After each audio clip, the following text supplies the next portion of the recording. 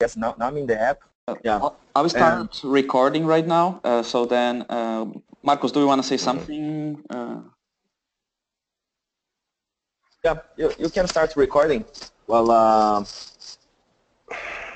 you recording now? Yes, I just started, yes. Okay. Well, so we're starting this webinar series of innovation in developing countries. We are receiving today Professor Paulo Gala. I guess Danilo sent already in the email and in the Facebook event the papers that he's going to present. He's not going to really present all the papers, I guess, but he's going to discuss the ideas and the main conclusions of the papers. Paulo Gala is a renowned professor here. He works at the Getúlio Vargas Foundation in São Paulo. He has some experience in the market as well. He's studying in Cambridge, if I'm not mistaken, for a while, right, with Professor Hajun Chang. Hajun Chang, exactly. Yeah. And, well, my internet is also kind of bad. But we're going to have this presentation today, and Paulo is also launching, but this one, for now, it's mostly for the Brazilians, right? Because we're launching a book on the complex economics, like trying to explain things, but in Portuguese, no? But maybe maybe in the future. Yeah.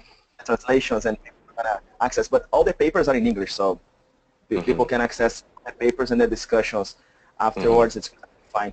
I would like to organize to thank Danilo, because Danilo Spinola was one of the organizers. He organized everything for this webinar, and also Bessiano from the Innovation Working Group that they're working very directly with us on this webinar series. Unfortunately, I'm not going to be here till the end because I need to teach, unfortunately. Unfortunately for me and for the students. But Danilo and me are going to be here till the end, and I'm going to see the recording. So thank you very much, Professor Paulo, and please, if you can go ahead. It's going to be 30 minutes at maximum 40, for the presentation, and then afterwards we're going to have the discussion. Thank you very much. Okay, thank you. First of all, I'd like to thank you for the chance, for the opportunity of being here. It's really a pleasure to be able to talk to you about these papers and these ideas. So thank you. I mean, really, I appreciate that. So it's really nice to be here. What I'm going to do is try to present 4 papers in half an hour, which is of course impossible. But I'll try to concentrate on the main message of each of these papers. So I'm gonna be not going to the technical details of each paper. You can read that afterwards in the papers. But I'm gonna concentrate on the main message of each paper. And of course they are all connected. They are all kind of connected together because they deal with the same idea or with the same topic, which is how we use complexity, economic complexity, to deal with the old discussions of structuralism and how we can use complexity as an empirical way to test and to discuss and to use structuralist ideas. So this is going to be, as I speak, this is going to be very clear from the messages of the paper. So I'm also launching this book in Portuguese.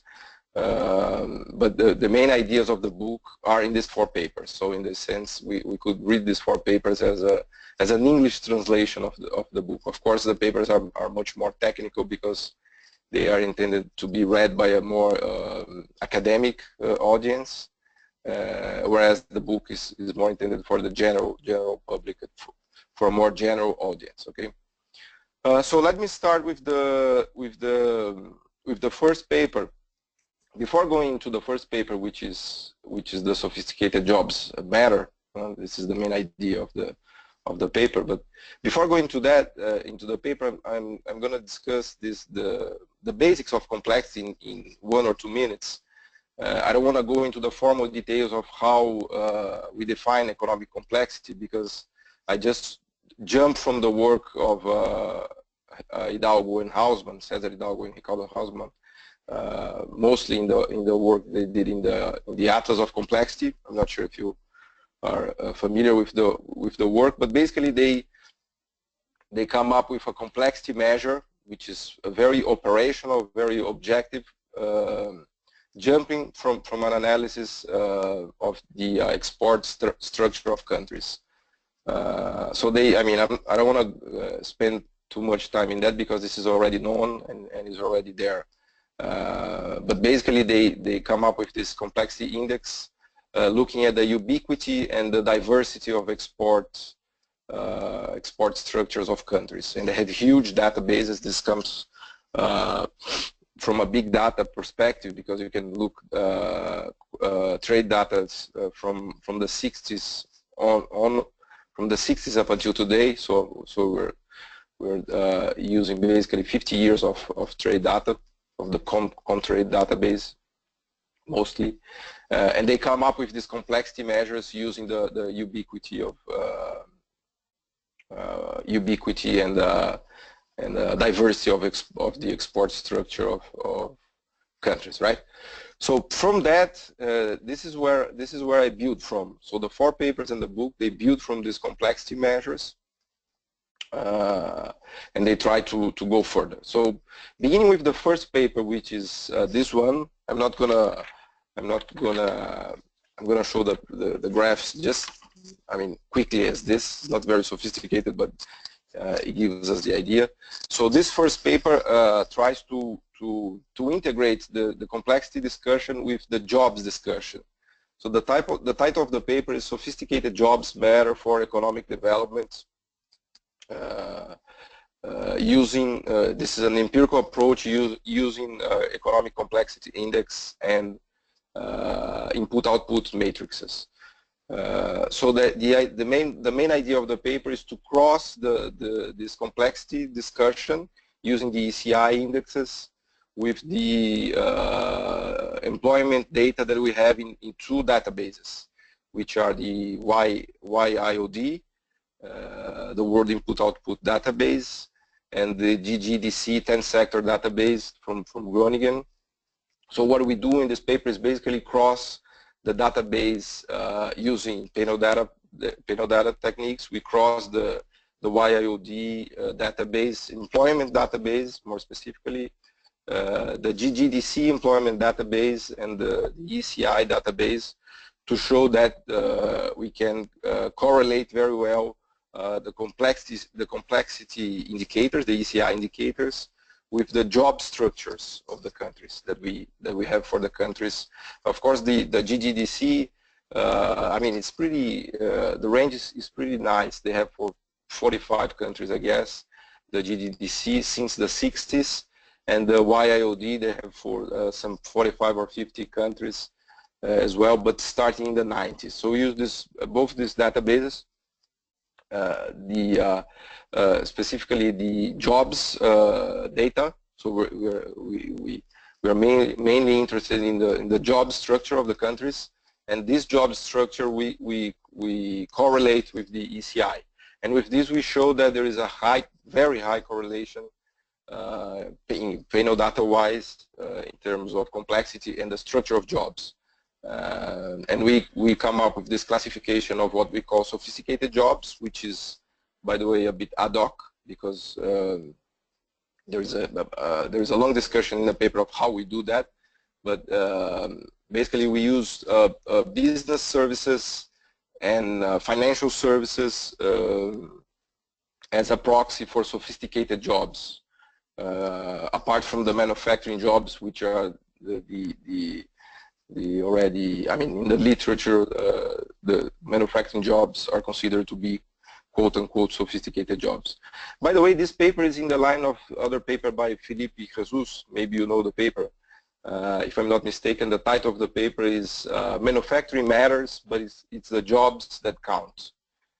It's a very nice paper that he wrote showing that the manufacturing structure of jobs is relevant, is very much relevant in the sense of predicting per capita income levels. So what we do in this paper is try to extend this analysis of Felipe Jesus combining his analysis with the ECI indicators, and the results are very promising. I mean, which is expected, of course. We of course expect that sophisticated and complex countries.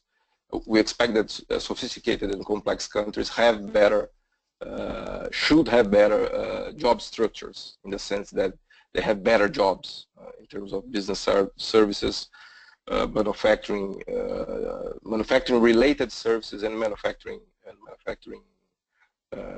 jobs. So this is the main message of this first paper, and I like this paper very much because, of course, I like it. I'm suspicious because I did the paper with of course with the other co-authors, but I like this paper because this paper shows that the economic complexity analysis is much more than only exports, the export structure analysis, because still people think that when we talk about complexity, we're talking only about exports, which is not the case. When you talk about economic complexity, as defined by Hidalgo and Hausmann, we're really talking about local capabilities, which is the using the jargon of the structuralist tradition, right? So when we look at complexity, in fact, we're looking at local capabilities, local capabilities of countries for producing sophisticated stuff. And so this first paper goes in this direction of showing that to have a complex export structure means much more than only exporting complex products. It means that the country has a complex and a sophisticated productive structure.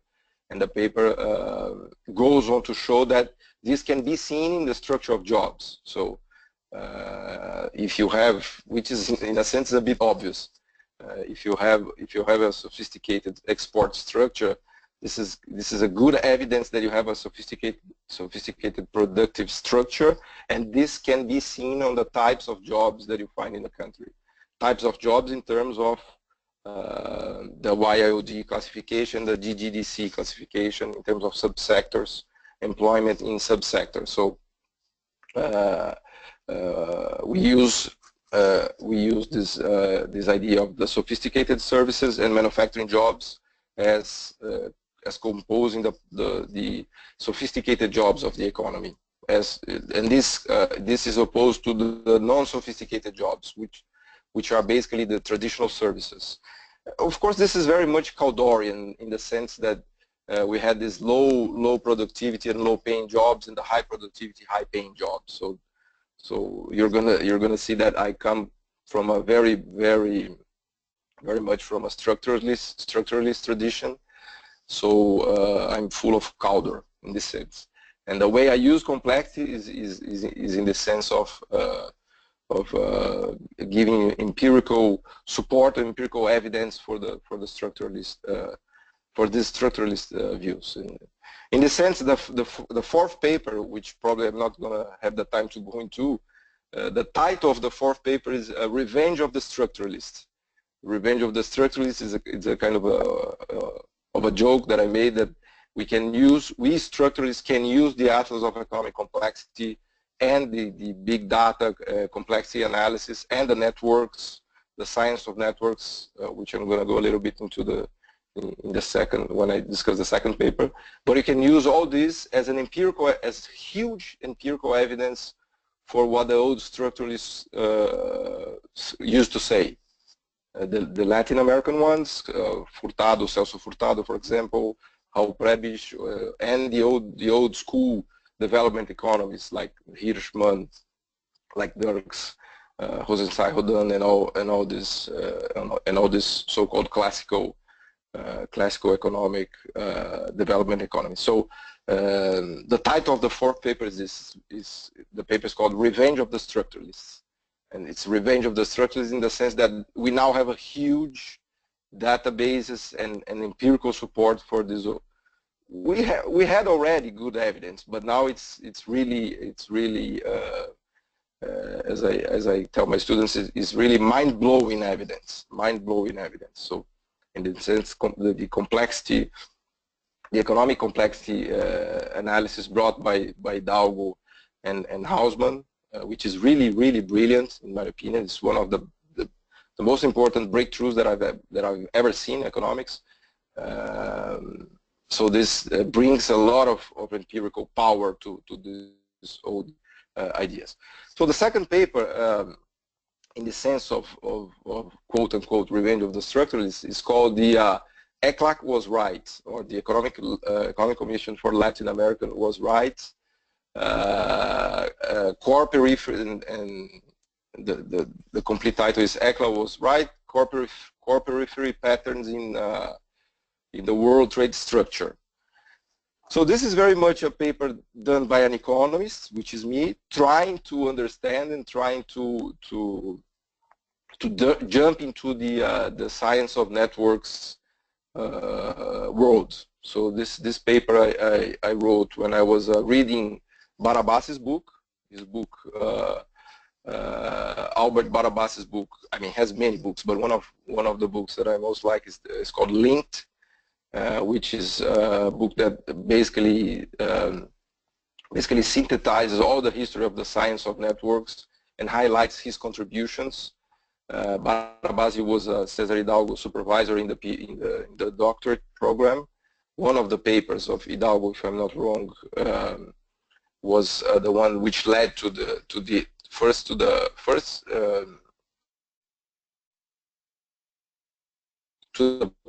product space, which I can go into later if you want, and then to the atlas of complexity. So Barabas is kind of this this whole discussion of networks. So so in this paper I go into this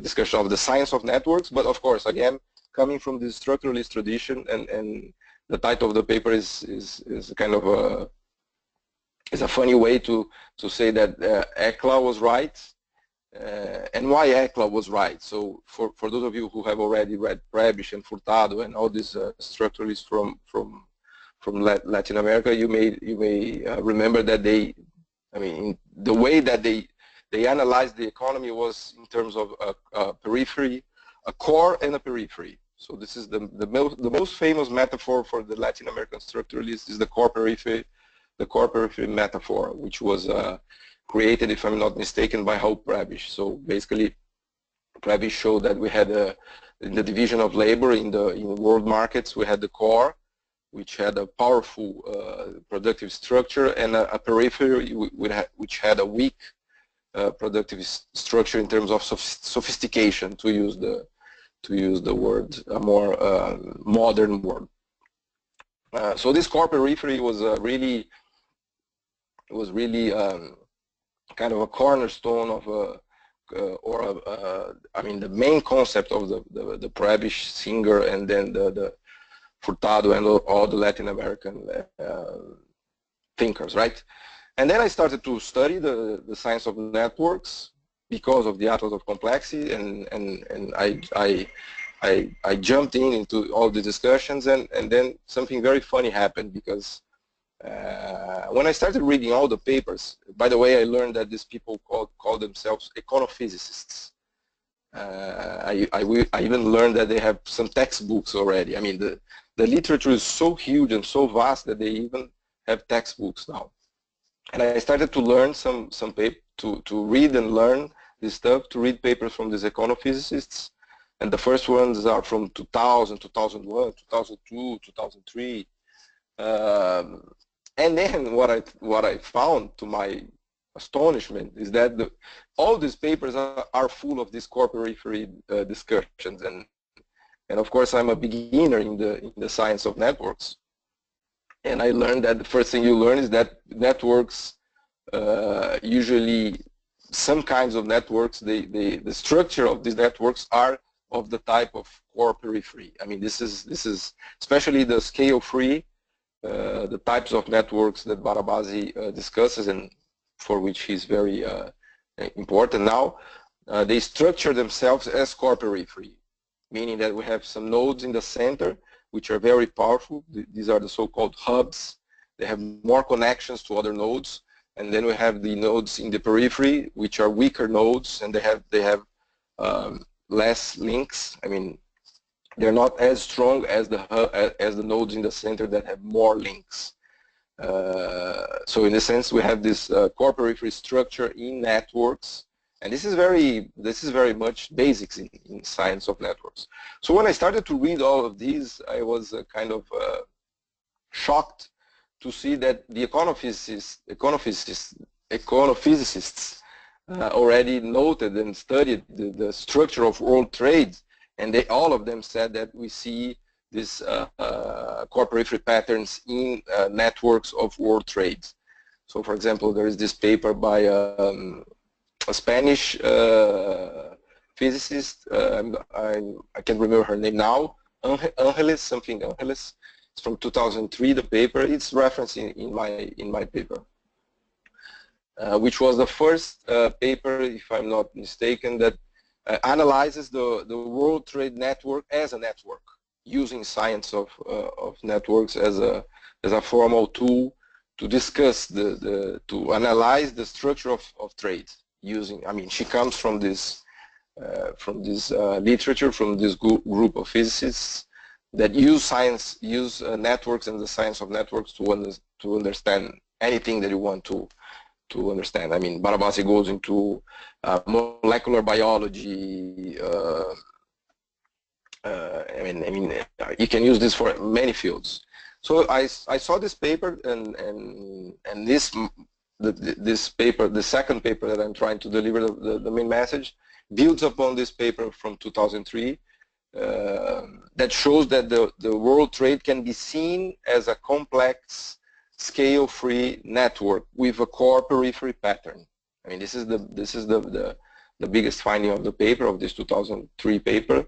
What we do in this paper, me and my co-author Jean Camargo, what we do in this paper is we try to make the same analysis now using the complexity indicators built by Hausmann and Hidalgo. So when this paper was written in 2003 by Angeles, I don't remember exactly the reference. There was no complexity analysis in the sense of Hidalgo and Hausmann, because they did this in their main contribution came in 2008, 9, 10, 11. So what we do in this paper is we try to build on this core-periphery patterns found already using the complexity indicators, and we show that not only is the World Trade Network one which follows a core-periphery pattern. So in the sense, ECLAC was right. So this is why the title of the paper is the ECLAC was right, because Prebisch and Furtado were saying that all the time, that the structure of the world trade is one in that there is a center and there is a core and there is a periphery. But I mean, the news is that we can see that in big data now. I mean, this is what we owe to the econophysicists. We can see that in the data, and in this paper we connect this with the complexity literature, especially the ECIs, and we show that not only the world trade can be seen as a complex network, but the central hubs are also the more complex countries in terms of the product complexity index, which is the PCI, and in terms of the ECI, which is the economic complexity index.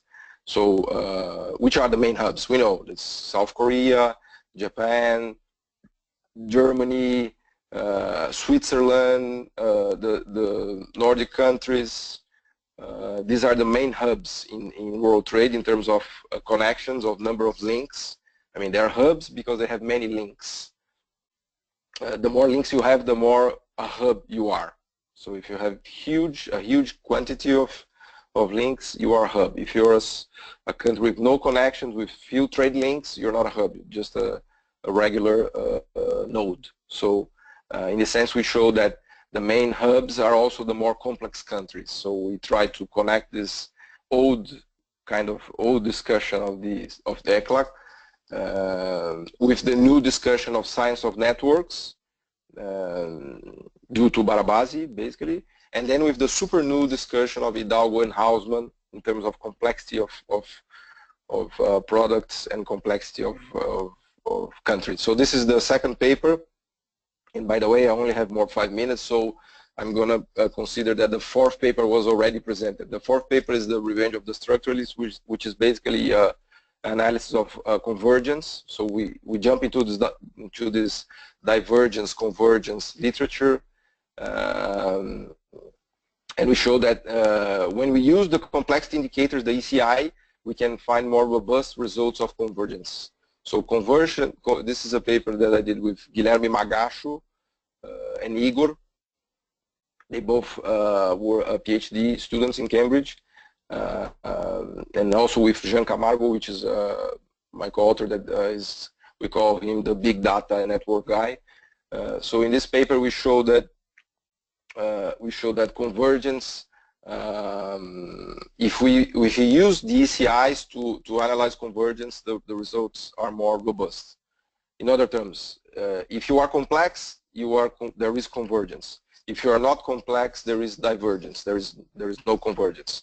So we combine the discussion of convergent, divergent using the complexity measures. So basically we do the panel data convergence, traditional convergence, divergence analysis, but using the ECIs, and the results are very interesting and very nice.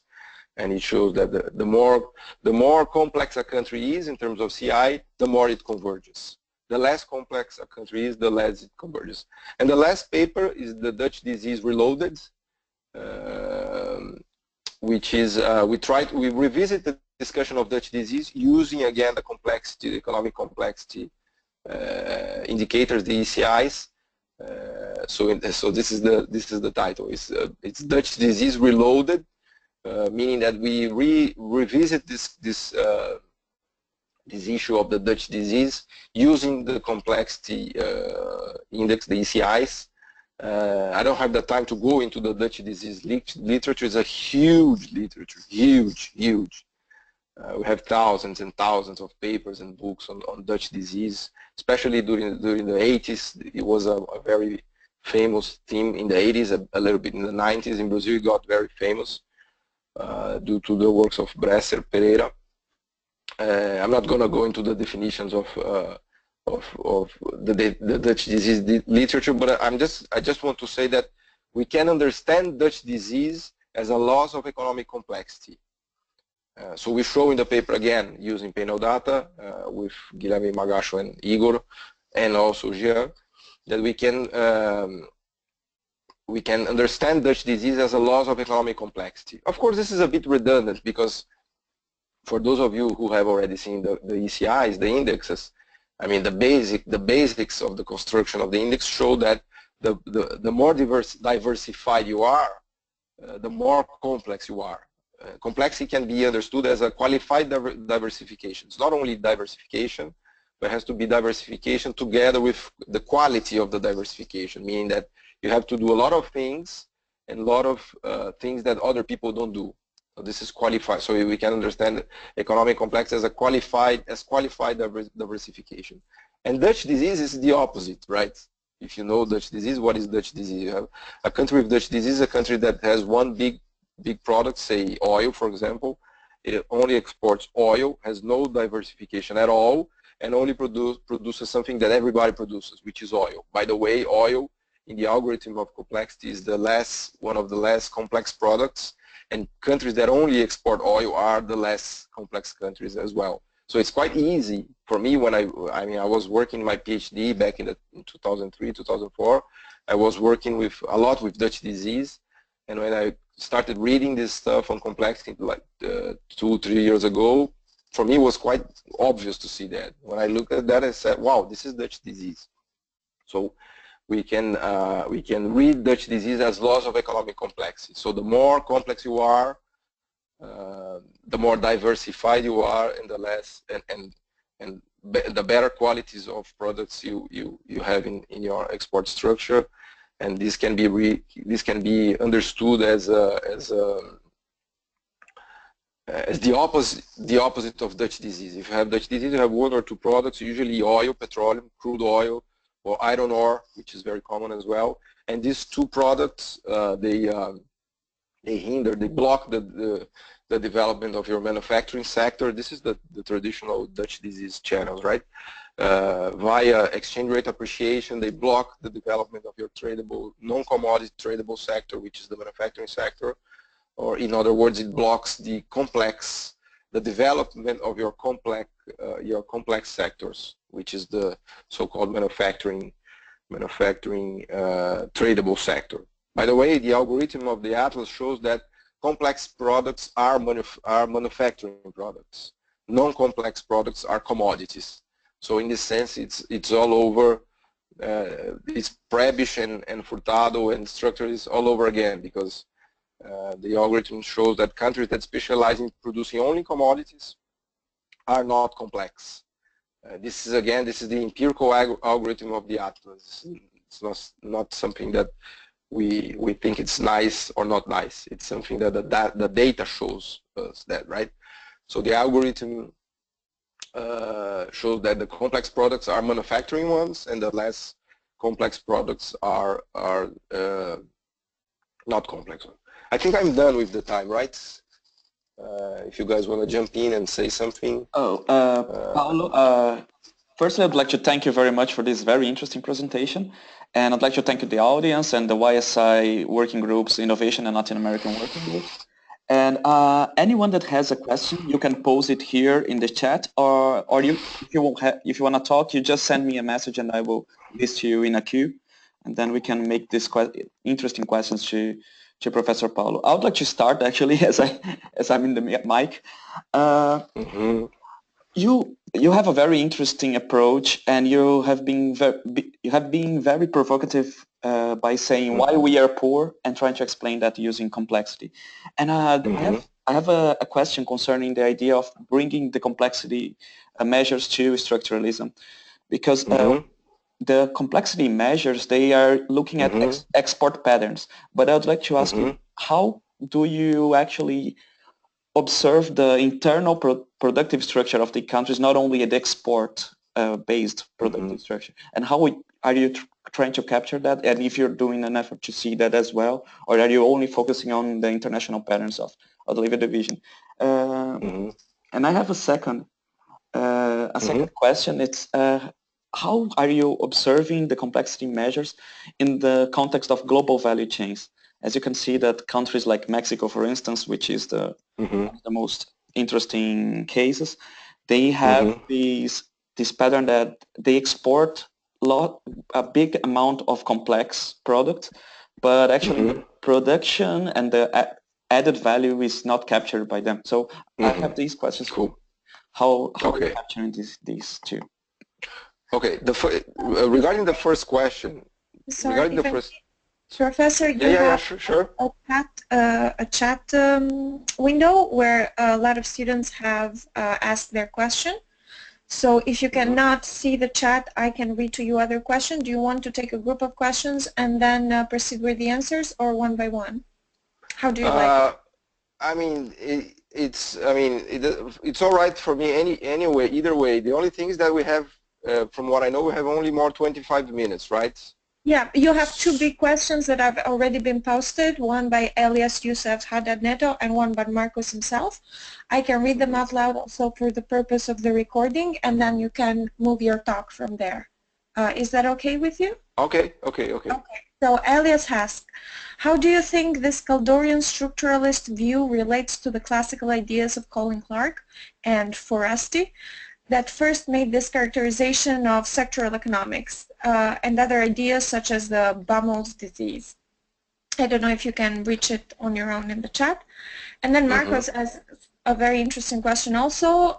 Some authors point out that no country can move from the periphery to the core and the network production if they are not invited by the main actors. Because for me it looks like China wasn't invited but made its way, and now it's central in some networks. However, we can say the same regarding Japan and South Korea, which is, sorry, somebody who pushed which is your take on that? Any country can do it?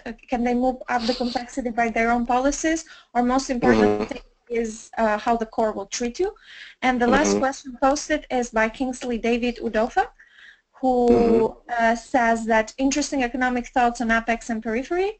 It appears that innovative financial technologies which emanate from the periphery somehow need to appeal to the apex player of the economy. Question, is there any economic explanation of the movement from the periphery to the apex? So that is the main theme of the question. I'm going to let you the floor, and then if we have time, we can set for other questions. But these are very general, and I think they're very important. Thank you. Okay, I'll try to handle these 5 questions. First challenge is not to forget them, because there are 5 questions, right? So the first one, regarding the complexity, the ECI as only measuring exports. So this is exactly what I tried to do in the first paper. I tried to show that the ECIs are not only exports. The ECI are measures of the local capabilities, in the sense that it's one of the best ways that I've seen up until today of comparing these productive structures. And the idea, I mean, they use a revealed comparative advantage to measure if a country is producing something in a relevant way or not. But the idea is that if the country is there in the exports basket, it means that the country is able to do that efficiently. So this is a quite big evidence that the country has the capabilities of doing that. So again, I insist that we should treat the ECIs as a measure of the capabilities available in that productive structure. In the first paper, I tried to go further and correlate that with the structure of jobs, because if we show that the structure of jobs is correlated with the ECIs, this is good evidence that we are capturing what people are doing in that economy, inside the economy. It's not a matter of exports. So when we correlate the job structure, when we show that the job structure is related to the basket of exports, we are showing that the basket of exports is much more than only a basket of products exported. So in this sense, the paper is totally an effort to show that ECIs are much more than only products being exported. Okay. Of course, we can look at the input-output matrices of the economies. I mean, we can open up the black box and look at the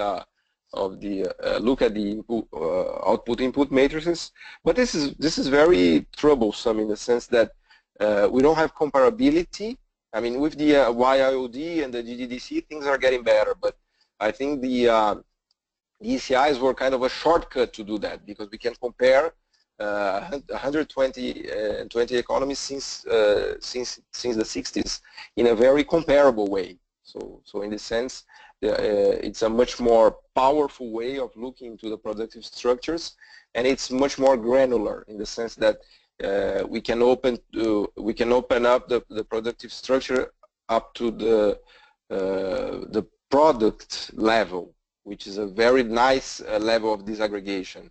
If you look at, for example, the HS system, you have 5,000 products. I mean, if a country is able to produce this product number HS 4805, this says something. This tells you something about the productive structure of this country. For example, nuclear reactors. If you find a nuclear reactor in the export basket of a country, I mean, this is very meaningful. I mean, the guy was able to produce a nuclear reactor and to export it. So the information is very powerful in this sense, in terms of local capability needed to produce this nuclear reactor. So it's much more than only looking at export data. In fact, we're looking inside the productive system to see if the system is capable of, producing soybeans, producing iron ores, or producing nuclear reactors. I mean, which are very different, of course. Well, this is the first question. Second question: Mexico and the maquila problem. The maquila problem is one of the weak points of the atlas. True, because you have some pseudo complex countries that export complex products, but they also import complex products. So one way of controlling the maquila problem is analyzing the import structure of the country. So the more, if you export a lot of complex products, but you also import a lot of complex products, there might be a maquila problem. There's a very nice paper by an economist from Argentina. I think his name is Steingart. I have the reference in the paper, and he did a very nice job to try to control this problem. He made some correlations of number of patents per capita and investment in R&D over GDP, and correlated that with complexity. And in his paper, he shows the so-called genuine complex countries, which are the real innovators in the sense that they have high patent per capita in the country, number of patents per capita. They have high R&D, so these are signs that these countries are real innovators. And you have the maquila countries. I mean, it's not only Mexico. Brazil is a little bit of the maquila. China used to be. Now I think China is becoming a real innovator. But you can control that. I mean, you can use the complexity indicators combined with other indicators to see if the country is a real innovator or if he's only a maquila. By the way, it's better to be a maquila than to be nothing. So in this sense, Africa and Latin America are behind Mexico, I think, because if you become a maquila, that may be a good step in the direction of becoming a real innovator. Third question, the Baumol disease. I'm not a. I mean, I've read a little bit about that. I think it has a lot to do with the Baumol disease. This discussion of even the Balassa-Samuelson effect has to do with this discussion, because the old Balassa-Samuelson discussion from the 60s showed that the productivity increases were mainly related to the tradable sector of the economy, not the non-tradable. The non-tradable sector usually, as we know, is usually the less productive sector of the economy, especially the traditional services, to use Caldor. This is the third question. Fourth question, I remember something about being invited. And of course, if you're invited.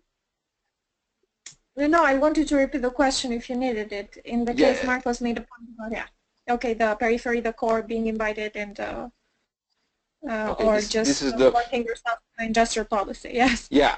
Okay. So being invited is always better. I mean, if you go to a party, and being invited is always a better way to get into the party. Otherwise, you may try to jump in. I mean, there is a risk that you may not jump, but of course there is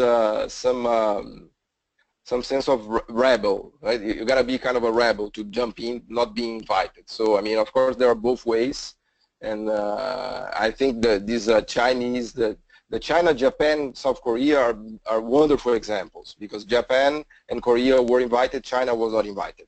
I mean, to put it bluntly, right? Of course, South Korea was very much invited with red carpets and everything, because they needed South Korea there during the Cold War. Same kind of applies to Japan. It doesn't apply to China. China was a real rebel.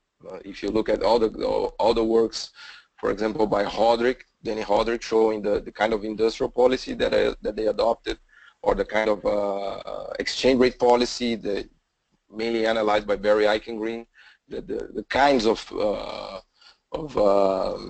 industrial policy and not to mention not respecting the patents, right? So I'd say that China was the rebel jumping into the party, and Korea and Japan, they were invited. Of course, Brazil and the Latin Americans, they tried, but they could never jump into the party. Even the Brazilians didn't want to get into the party in the correct way. And I think that the African countries have the same trouble. So yeah, it's difficult. I mean, if it was easy, everybody would be developed, right? So this is complicated. And the fifth question, I can't remember the fifth question. Sorry. The fifth question was: is there any economic explanation of the movement from periphery to apex? It was related to the previous one, but we have a new question from Edwin Diaz Gonzalez, who says, in Puerto Rico, where he is from, Puerto Rico has a high labor productivity but low exports in the local national economy. Most exportation are from foreign companies who are a very wide tax exemption. What do you recommend for a very open economy like Puerto Rico in order to strengthen local export and innovation from your structuralist perspective? You should take into consideration that the Puerto Rican economy is very dependent on the U.S. economy, of course. So that is a very, this is a recommendation for a Puerto Rican economy right now. No, I mean, this is, I mean, from this question, I remember from one of Ha-Joon Chang's papers that I liked a lot. It was called policy space.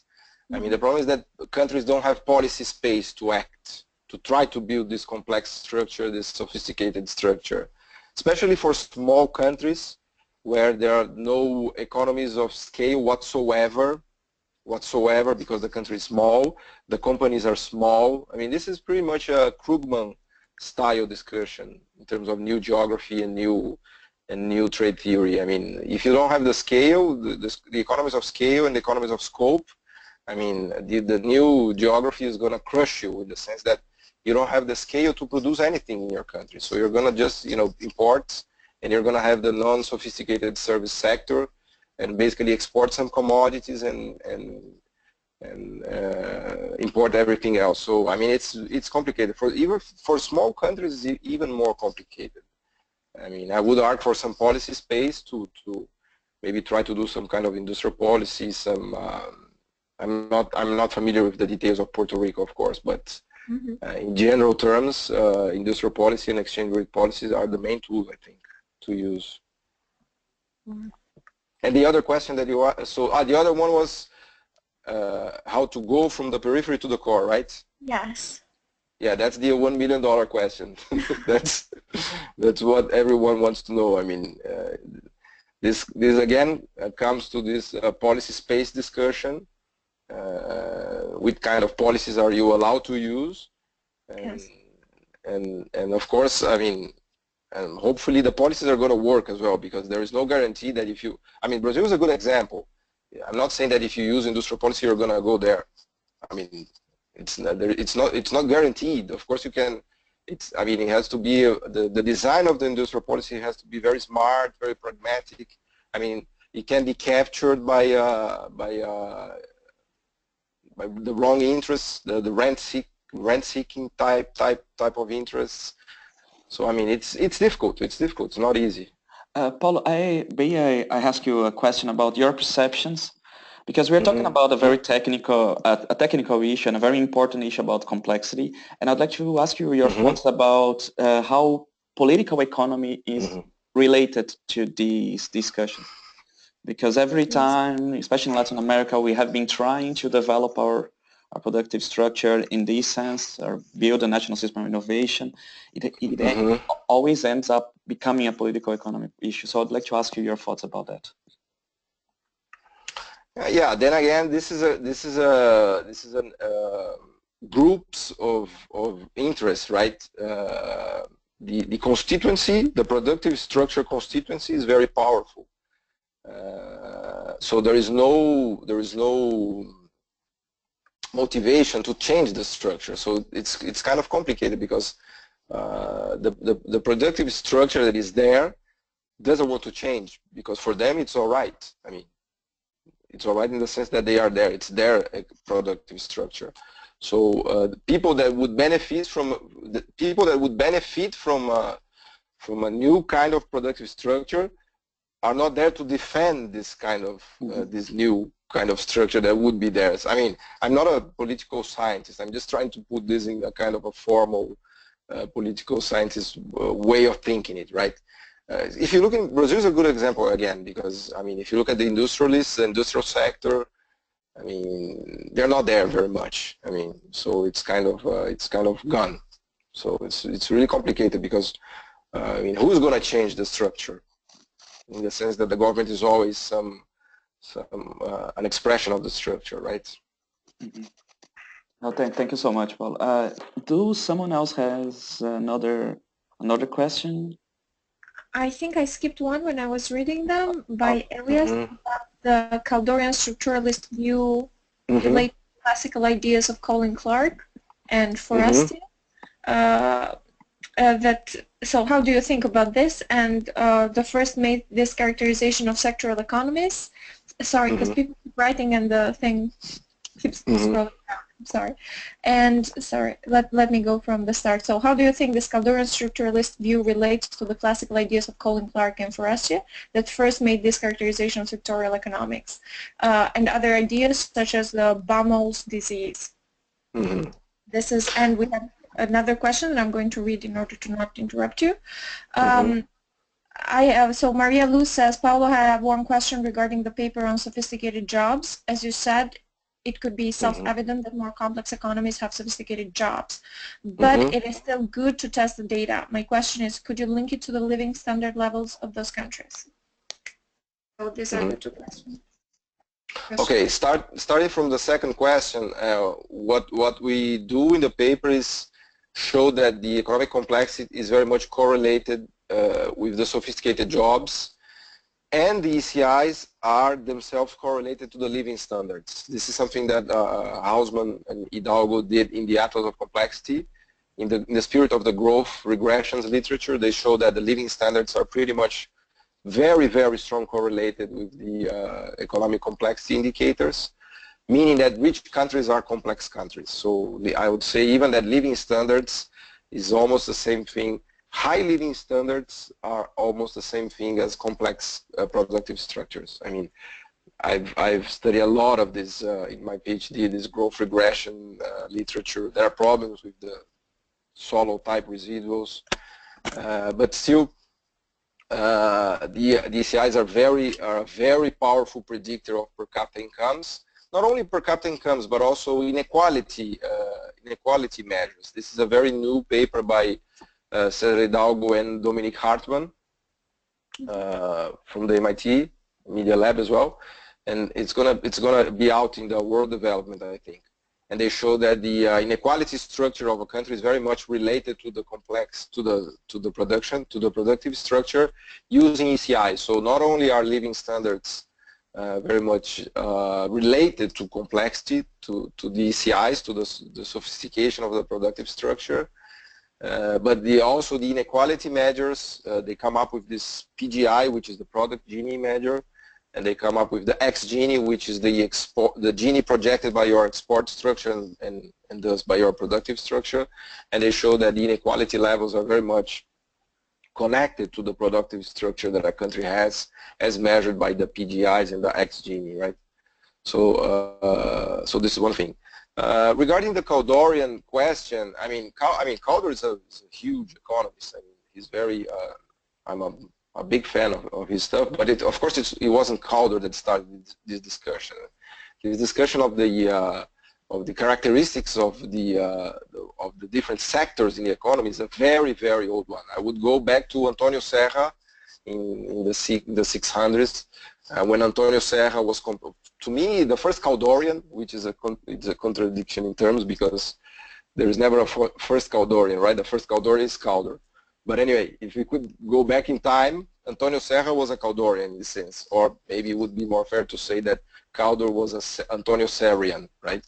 But when Antonio Serra was comparing Venice with Naples, it was clear to him that Venice was rich because it was full of increasing returns. He doesn't use the term increasing returns, he uses the term manufacturing, but it was very clear for him that the richness of Venice was due to the manufacturing that was established there, and the trade that was related to this manufacturing powerhouse that was Venice in the 1600s, right? Whereas Naples was the equivalent of Latin America today. It was a country, a region rich in natural resources, very rich in natural resources. We could even say that Naples was suffering of Dutch disease at that time. So it was a region very rich in terms of mineral resources and natural resources, but was very poor. So Antonio Serra was looking at that, and it's this kind of the resource curse, right? Antonio Serra was looking at Naples and say, how come we are so rich and we are so poor? How come we have all this fertile land and all these natural resources and we are so poor? And then he looked at Venice and said, how come they are so poor but they are so rich? They don't have anything from nature, but they are a powerhouse of commerce, a trade link, a hub, full of manufacturers, much like Singapore today. We could say that Singapore of today is the Venice of the 600s. So I mean, this is why he wrote the Breve Tratado, right? The Breve Tratado is in fact a discussion of the characteristics of the different sectors, of the characteristics of the different economic sectors in terms of capability of generating wealth, right?